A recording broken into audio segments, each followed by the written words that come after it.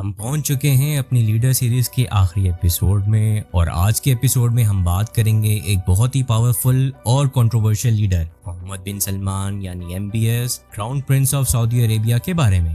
ہم ڈسکس کریں گے ان کی پالیسیز کے پازیٹیو اور نیگیٹو اسپیکٹس کو، اور ساتھ ہی دیکھیں گے کہ ان کی پالیسیز لیڈرشپ کا دنیا پر کیا اثر ہوا۔ ویڈیو کو اینڈ تک ضرور دیکھیے گا کیونکہ اس ویڈیو میں ہم بہت ہی سرپرائزنگ فیکٹس آپ کو بتانے والے ہیں۔ Welcome to the last episode of the series on the top leaders of the world. سب سے پہلے ہم محمد بن سلمان کی بایوگرافی کو ڈسکس کریں گے۔ محمد بن سلمان 31 اگست 1985 کو جدہ سعودی عربیہ میں پیدا ہوئے۔ انہوں نے اپنی تعلیم کنگ سعود یونیورسٹی سے حاصل کی، جہاں انہوں نے لاء میں ڈگری کمپلیٹ کی۔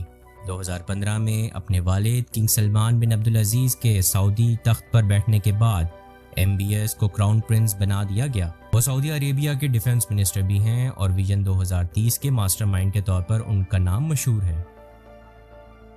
MBS نے اپنی لیڈرشپ کا انداز بہت ہی اگریسو اور ماڈرنائز کیا ہے۔ آج کل وہ ویژن 2030 کے انڈر کافی بولڈ اکنامک ریفارمز امپلیمنٹ کر رہے ہیں اور سعودی عربیہ کو آئل انڈیپینڈنٹ اکانومی سے دور لے جا رہے ہیں۔ اب ویڈیو کے اس حصے میں ہم بات کریں گے ان کی پالیسیز کے پازیٹیو اسپیکٹس کے اوپر، جس کا افیکٹ سعودی عربیہ اور ریجنل کنٹریز پہ ہوا۔ پہلے نمبر پہ ہے اکنامک ریفارمز اور ویژن 2030۔ محمد بن سلمان کا ویژن 2030 ایک اہم انیشیٹو ہے جس کا مقصد سعودی اکانومی کو ڈائیورسیفائی کرنا ہے۔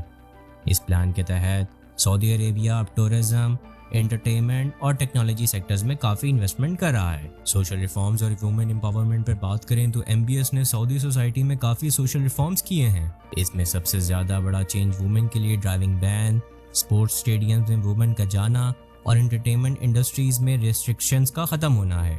یہ سب ریفارم سعودی یوتھ اور وومن کو امپاور کرنے کے لیے مددگار ثابت ہو رہی ہیں۔ مڈل ایسٹ میں سعودی عرب کی طاقت کے اوپر بات کریں تو MBS کی لیڈرشپ کے تحت سعودی عرب نے ریجنل انفلوئنس کافی بڑھایا ہے۔ یمن اور ایران کے ساتھ کمپٹیشن کے باوجود سعودی عرب اب مڈل ایسٹ میں ایک پاورفل اسٹیبل ملک ہے جو اپنے ڈپلومیٹک اور ملٹری اسٹریٹجیز کو پورے ریجن پر اثر ڈالتا ہے۔ اب ویڈیو کے اس حصے میں ہم بات کریں گے MBS کی پالیسیز کے نیگیٹو امپیکٹس کے اوپر، جس کا افیکٹ سعودی عرب اور ریجنل کنٹریز پر ہوا۔ پہلے نمبر پہ ہے ہیومن رائٹس وائلیشن۔ MBS کے ایرا میں حالانکہ سوشل ریفارمز آئے ہیں، لیکن ہیومن رائٹس وائلیشن کا ایشو ابھی بھی سعودی عرب میں کافی سیریس ہے۔ جمال خشوگی کا قتل کے بعد انٹرنیشنل کمیونٹی میں سعودی عرب اور MBS کی کریڈیبلٹی پر سوال اٹھائے گئے ہیں۔ اس کے علاوہ ڈسینٹ کو سپریس کرنے کے لیے اسٹرکٹ پالیسیز بھی چل رہی ہیں۔ جمال خشوگی کو قتل کرنے کے بعد ان کے خلاف کافی زیادہ ریزنٹمنٹ امریکہ کی طرف سے آئی، اور امریکہ آج بھی ایک بارگین ٹول کے طور پہ جمال خشوگی کے قتل کو رکھتا ہے، اور وہ سعودی عرب سے اور MBS سے جو بات منوانا چاہتا ہے وہ اس کیس کی وجہ سے منوا لیتا ہے۔ اور ان یمن کی بات کریں تو MBS کے انڈر سعودی عرب نے یمن میں ملٹری انٹرونشن کیا جو بہت کنٹروورشل رہا۔ اس جنگ میں ہزاروں لوگ جان سے گئے اور انٹرنیشنل کمیونٹی نے سعودی عرب کو اس جنگ میں بے وجہ بڑھاوا دینے کا ذمہ دار ٹھہرایا۔ ویژن 2030 کے باوجود سعودی عرب اب بھی ایک آئل ایکسپورٹ اکانومی پر ڈیپینڈنٹ ہے۔ اچھی ڈائیورسیفیکیشن کی کوشش کے باوجود ابھی تک آئل سیکٹر کا پراپر آلٹرنیٹیو ڈیولپ نہیں ہو سکا۔ اب ویڈیو کے اس حصے میں ہم بات کریں گے MBS کے ورلڈ امپیکٹ اور پولیٹیکل فیوچر کے اوپر۔ محمد بن سلمان کی لیڈرشپ نے سعودی عرب کو انٹرنیشنل سٹیج پر ایک بہت بڑا رول دیا ہے۔ وہ اپنے بولڈ ڈیسیژنز اور اس کی ریفارمز کے لیے مشہور ہیں، اور دنیا کے ٹاپ لیڈرز کے ساتھ ان کا اسٹرانگ ریلیشن شپ ہے، خاص کر ڈونلڈ ٹرمپ اور ولادیمیر پوٹن کے ساتھ۔ لیکن ان کی کنٹروورشل پالیسیز، خاص کر ہیومن رائٹس اور وار ریلیٹڈ ایشوز، ان کی گلوبل امیج کو تھوڑا نیگیٹو بنا دیتے ہیں۔ کیا کوئی اور لیڈر MBS کی جگہ لے سکتا ہے؟ یہ دیکھنا ابھی باقی ہے، کیونکہ MBS نے اپنی لیڈرشپ کو بہت اسٹرانگ بنا کر رکھا ہے اور ان کو ریپلیس کرنا کافی مشکل لگتا ہے۔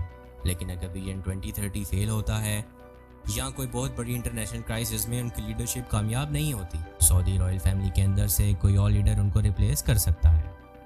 تو دوستو، یہ تھی last episode on the top leaders of the world Mohammed bin Salman پر اور ان کی لیڈرشپ کے سعودی عرب پر اثرات پر۔ آپ کا فیوریٹ لیڈر کون سا ہے؟ ہم نے اس سیریز میں آپ کو 30 ورلڈ لیڈرز کے بارے میں بتایا، ان کی اچھی اور بری پالیسیز کے بارے میں بھی بتایا۔ اب آپ ہمیں بتائیے گا کہ آپ کو ان 30 ورلڈ لیڈرز میں سے کون سا لیڈر پسند آیا اور کس لیڈر کے بارے میں آپ مزید ڈیٹیل ویڈیوز دیکھنا چاہتے ہیں۔ اگر آپ کو یہ سیریز پسند آئی ہے تو اس کو لائک کریں، چینل کو سبسکرائب کریں اور بیل آئیکن کے بٹن پہ کلک کریں تاکہ آپ کو ہر آنے والی نئی ویڈیوز ملتی رہیں کسی اور سیریز میں کچھ نئے ٹاپکس کے ساتھ۔ تب تک کے لیے اپنا خیال رکھیے گا۔ خدا حافظ۔